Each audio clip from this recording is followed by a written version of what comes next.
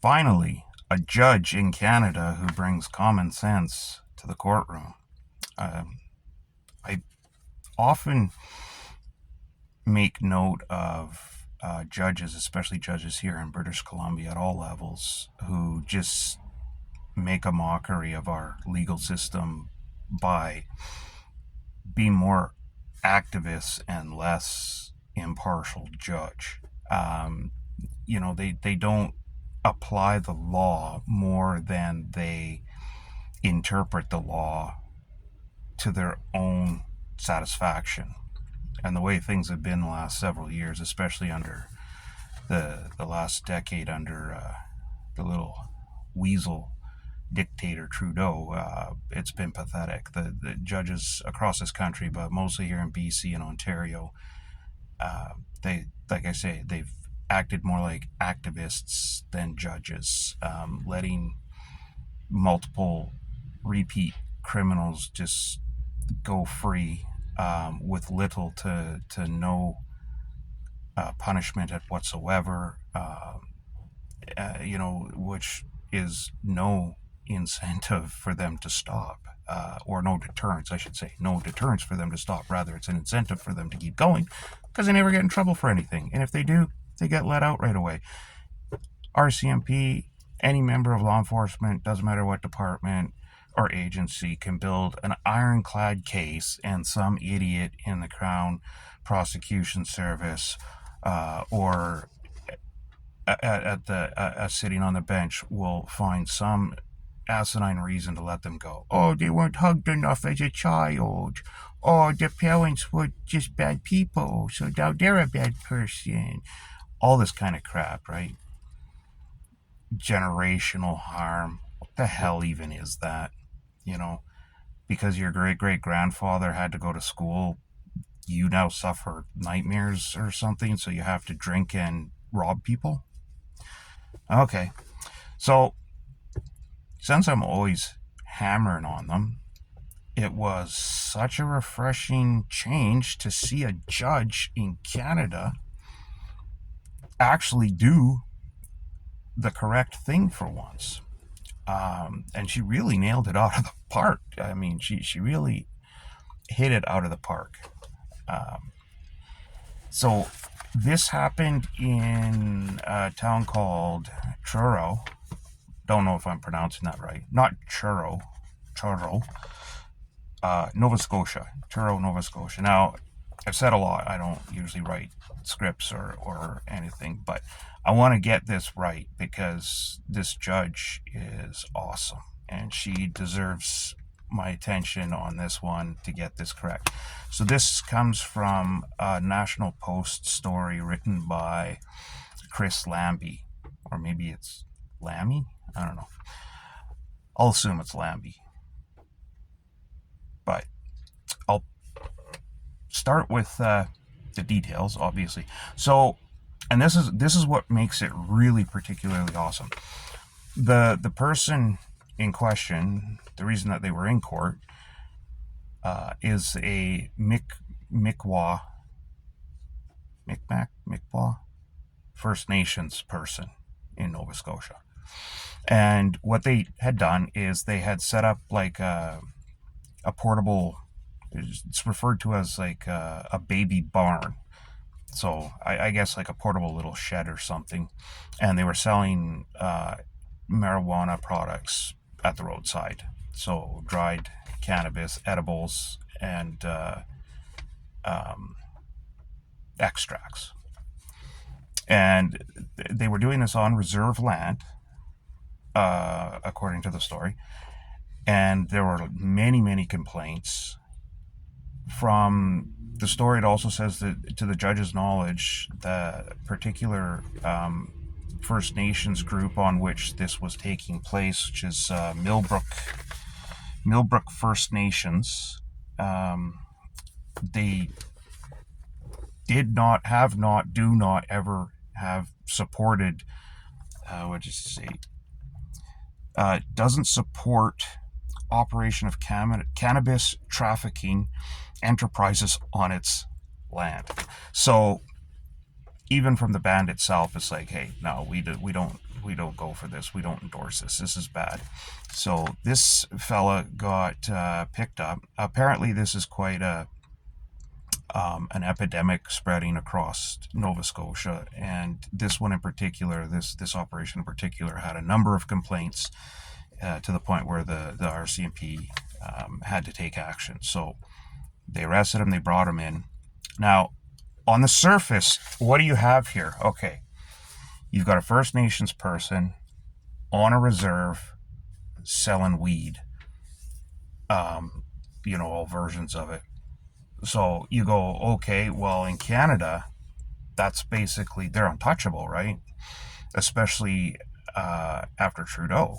They hundreds of, or dozens and dozens of churches were burnt down based on lies, that hundreds of graves were found at some Kamloops residential school or church or whatever.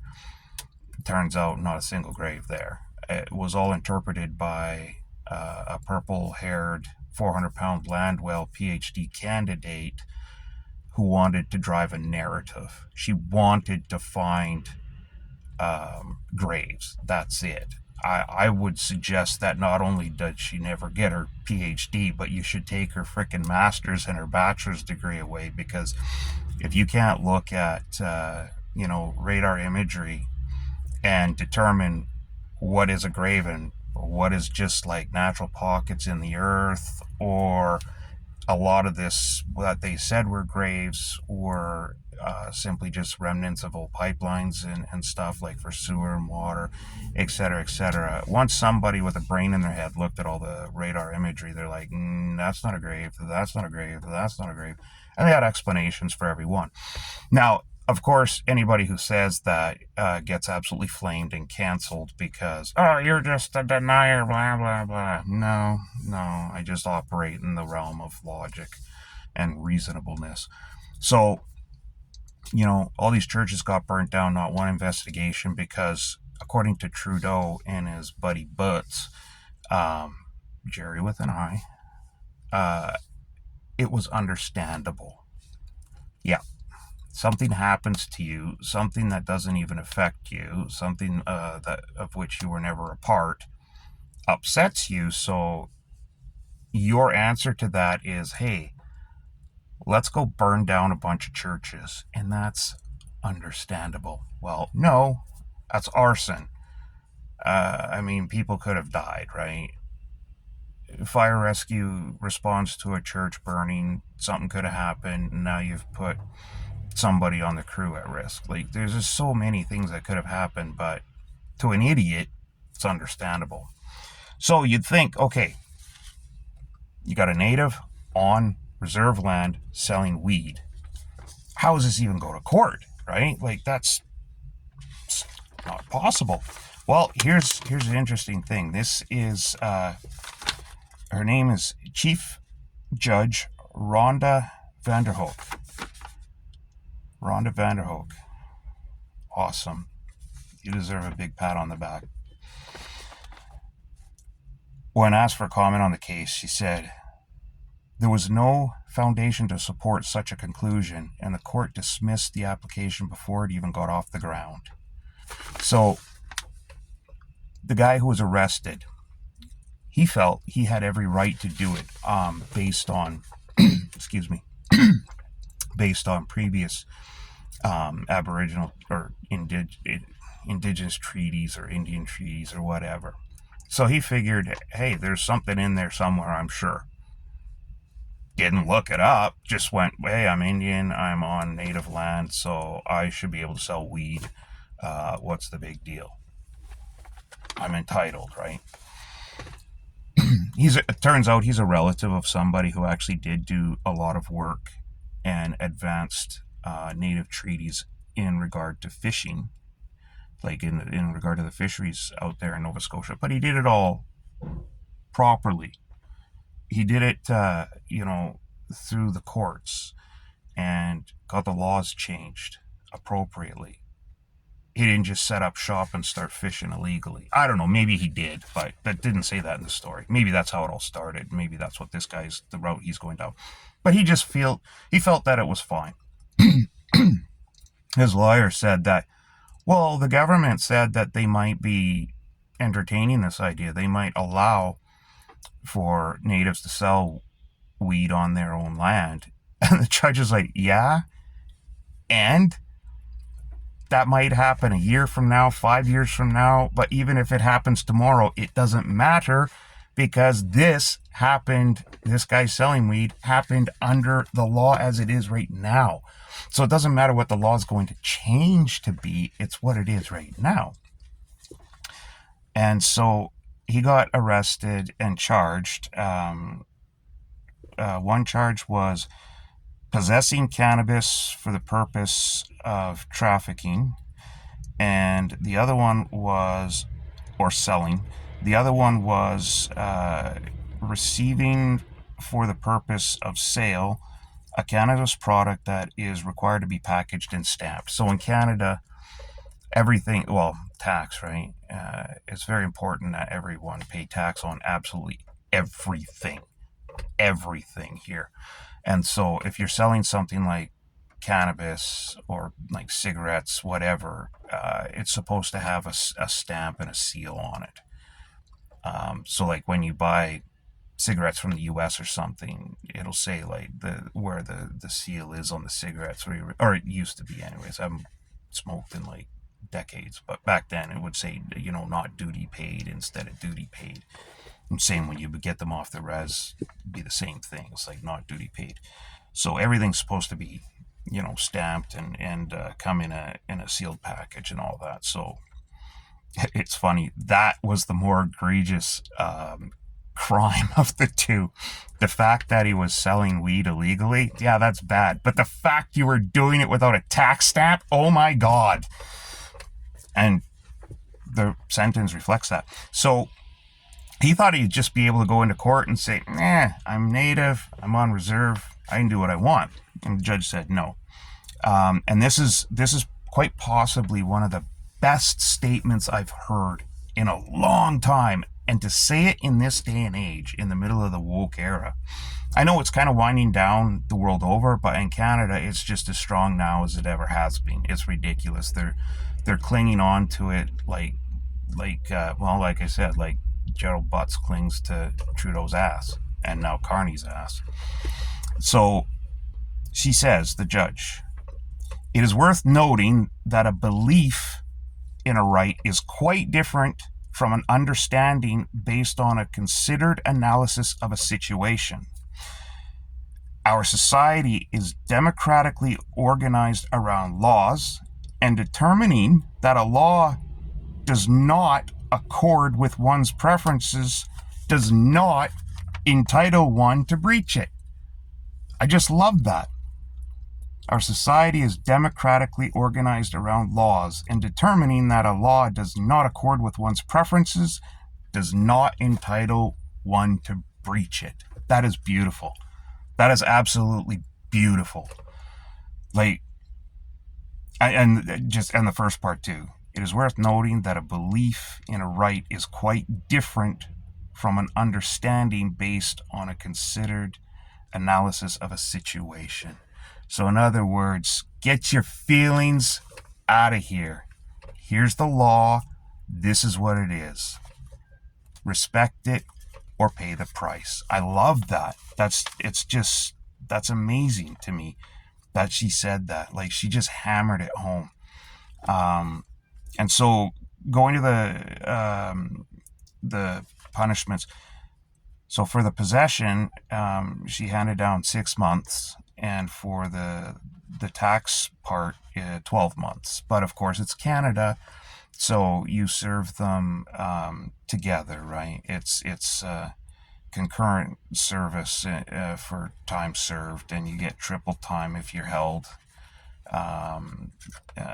before your court case and all that crap. But yeah, so he'll only do 12, even though it adds up to 18. It'll be 12, and then there'll be time knocked off for good behavior and blah blah blah. Now, he's not going to jail, The first 3 months, he'll be under house arrest, only allowed to leave under extenuating circumstances or something that's already been pre-approved by the court. The remainder of the time will be he'll still be under a house arrest, but he'll have a curfew. So he has to be in at 10 p.m. and till 6 a.m. Other than that, he's free to come and go. And then there's a whole list of conditions of what he can and can't do. Now, the other interesting aspect to this is, as I stated earlier, this apparently has become quite an epidemic in the province. So the Crown and the judge and the RCMP all want to send a message. They want this to be impactful so that people don't look at it and go, oh, well, you get a $100 fine and you got to go to court for an afternoon. It's the price of doing business. Big deal, right? Or they get it in their head that, hey, I'm native working on indigenous reserve land, so I can do whatever I want. I'm sorry, it doesn't work that way. You still have to abide by many of the rules and the laws of Canada. I hate to be the one to break this to all the natives, but you lost. You lost. You could integrate into society, step into the 21st century, and I'm not speaking to all of them, just the activists, the crazy Looney Tunes that still think that they're warriors of the forest or whatever. These crazy kooks that just refuse to move on, like everyone else on the planet has. And not only do they refuse to move on, but they don't want anyone else to move on either. They want to drag everybody back 5,000-10,000 years, right? It doesn't work that way. You lost. The British came here. They conquered you. I'm sorry. It's the way it works, right? It's, look at Poland. How many times that poor country's been conquered? But the people are resilient and they keep going on. And, they're never going to get conquered again. I say, thinking never say never. But, integrate or move and move on. Or live a life of misery. Because the only people that care about your problems are you, because they're all made up. So they want to stop that mentality that, hey, because I'm a certain person that belongs to a certain group, that I should get away with everything. And even if I get caught, the punishment is so minimal, it's not a big deal. But in this case, so not only did he get charged, the case was basically dismissed before it even got going. Or not dismissed, sorry, was the application to dismiss, before it even got off the ground, was just because the guy's lawyer wanted to, like I said, he tried the old, well, one day in the future, maybe sometime, there might be a provision for natives to sell weed on their land. And she's like, yes, so who cares what might happen in the future? So he tried that, and then he tried just straight up, like, to have the case just a discharge, a conditional discharge. Just no to that too. So he's going to have a record. It's not going to go away. It's when he serves his time, he will have a record. It's not going to be discharged by the court. So that's good too. But not only did they do all of this, but they went an extra step further, and kudos to the Crown for doing this as well. So the Crown applied for forfeiture. I know Dweeby here, David Eby in our province, our retarded premier, he licks his lips every time someone gets busted, because the first thing he does is bust open the forfeiture book and figure out how he can take everything from them. Now, I'm not necessarily against it. If you're a gangbanger or drug dealer or something, yeah, sure, take everything. But, this guy here is just a loser. But I digress. So they confiscated his little barn. They also confiscated all of his weed. So he had 3,000 grams of dried cannabis, um, 49,000 milligrams. I don't know why they have, I guess it's because it's doled out in milligrams, so they just say it's in milligrams. But yeah, like 49 liters of extracts and 99,276 milligrams of edibles. That's a buttload of freaking edibles, man. Holy, that's like, that's insane. Like, that's almost 100 kilograms. It's about 220 pounds for people who are on Imperial. And so all of that, they confiscated from him. They forced forfeiture. And that wasn't even it. She wasn't even done with that. So he's got two charges that are not going to be discharged. They forfeit. He forced forfeiture of everything to do with the operation, and on top of that, she issued a fine for $8,762.50. That's a very accurate number. I'm sure it's calculated based on some formula or something like that, but they said that the case requires focus on general and specific deterrence. And boy, howdy, I would say that's quite the deterrence, because if I were in this business and I saw this guy's case, not only did he get charged with multiple charges and convicted, he doesn't have a pathway to have those charges, once he served them, be discharged. So he's going to have a criminal record. Again, I'm not a lawyer, so I could be misinterpreting a lot of this stuff. So don't take my advice as lawyerly advice. But on top of that, they took all of his stuff, all his product, even the little building he was selling it from which he was selling it, and then they fine him for like over $8,000. That's a huge disincentive to get into the weed business, the illegal weed business, man. So good for her. Again, Chief Judge Rhonda Vanderhoek, awesome, awesome. A Nova Scotia judge, good for you. All the respect, and thank you for actually putting a criminal in jail and making an example out of somebody who's causing harm to the community. Because when people complain, the law has to be there to listen and take action. That's what society is all about. We can't have individuals running around doing their own thing simply because they don't agree to abide by this law or that law, because they think it's unjust, or they think the law doesn't apply to them in that situation for whatever reason.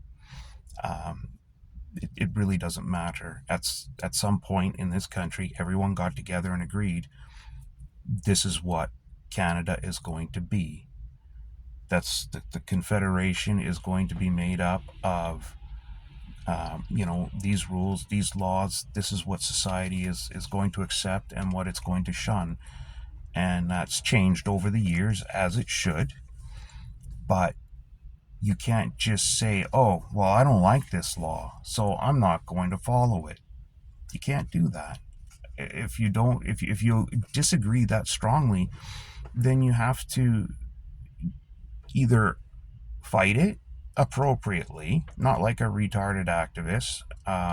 Do your homework, get people on your side, be convincing, and use the law, use the courts to your advantage, and change the law, change the legislation. That's how you make change.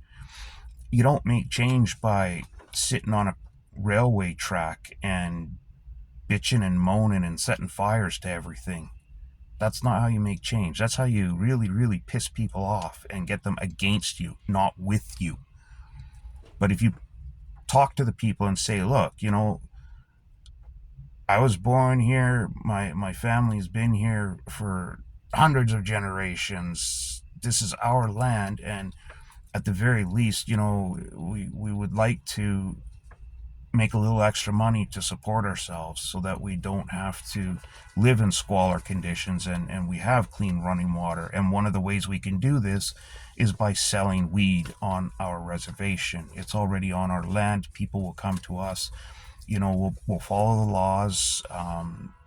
Like no sampling, no free samples. It's not Costco. It's a weed shop. And we'll keep it all legal. We'll keep a ledger of our customers, blah blah blah. And you go to the people and you say, please, we need to put pressure on the government to consider this and make a legislative change to make it carve out an exception for natives who want to do this on their land. Talk to people logically, get them on board, tell them the benefits to your cause, as well as how your cause will not just benefit you, but them as well. You do that, you're going to get a lot of people, you're going to get the legislation done. It's not going to go fast, nothing ever does. It's going to take years, but it's a heck of a lot better than throwing a tantrum, blocking intersections for days or weeks at a time, and setting fire to everything. So, once again, Chief Judge Rhonda Vanderhoek, thank you very much.